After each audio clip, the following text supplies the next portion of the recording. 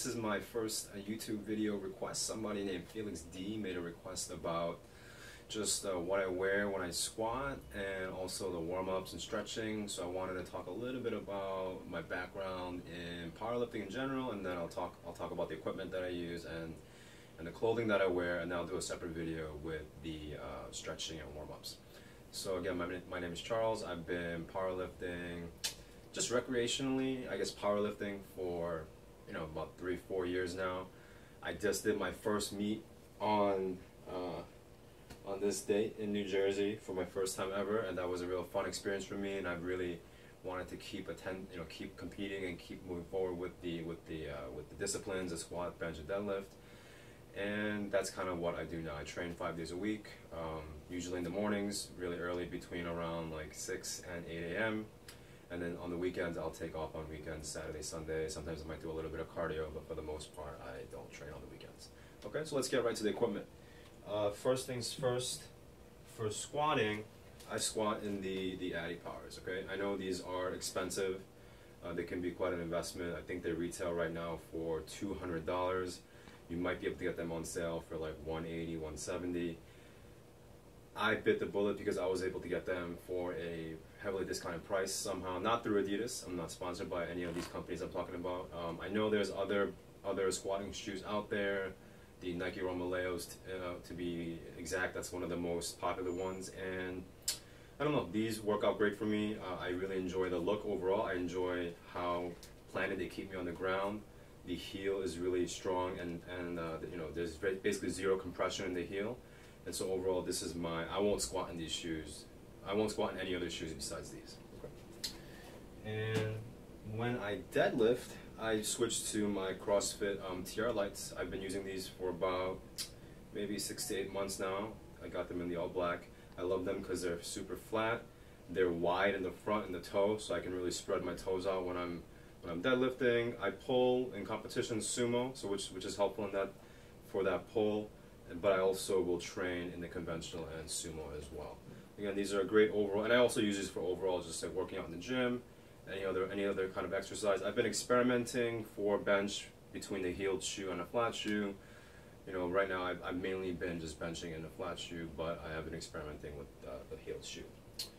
Okay, moving on to clothes. So for my t-shirts, I just wear like an Under Armour or any sort of compression top, nothing fancy.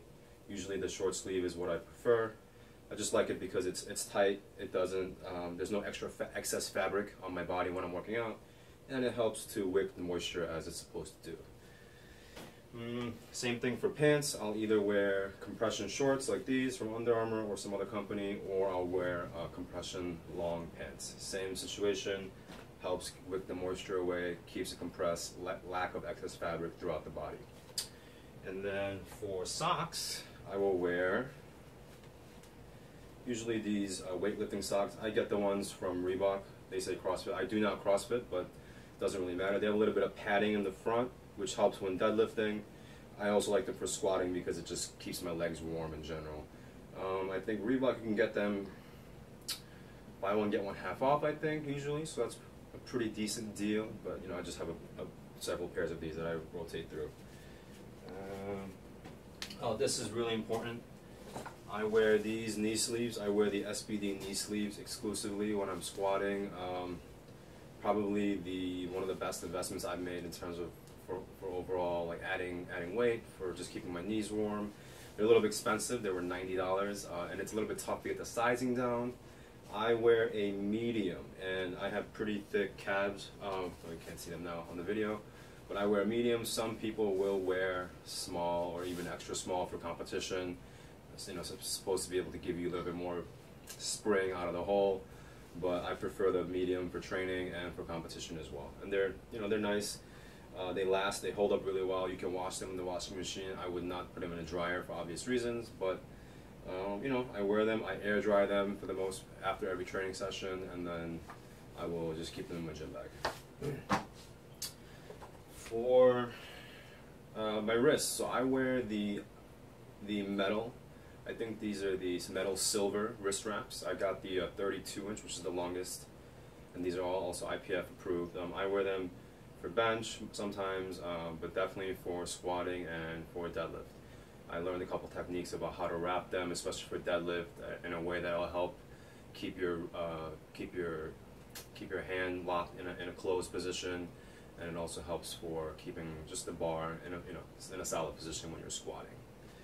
And last but not least, my crown jewel of my weightlifting equipment or powerlifting equipment is my Inzer 13-inch Forever belt. This thing is probably, I won't squat without these. I usually, starting at around 135 or up, I'll add this just because it gives support. I feel secure in it. I also like to get used to the feel of having the belt around me. I have the regular buckle belt, which you can see right here. A lot of people have the lever, which is great from what I've seen. I just prefer the old school style single prong buckle. I think it's just a matter of preference.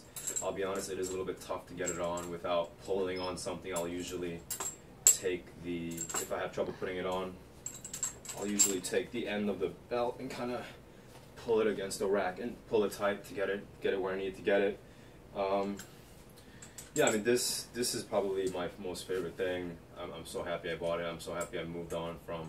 I used to have a 10mm belt from Rogue, which, not to diss Rogue or anything like that, they make great equipment, but that particular 10mm belt was not great. I mean, I don't know if you can see from here, but the Inzer, as they'll advertise, is one single piece of leather, whereas the Rogue, and I think all the other Rogues that I've seen are bonded pieces of leather, usually in the middle with some sort of glue. It is, I mean, obviously it's stitched as well, but the Inzer is fantastic in that it's just one piece of leather.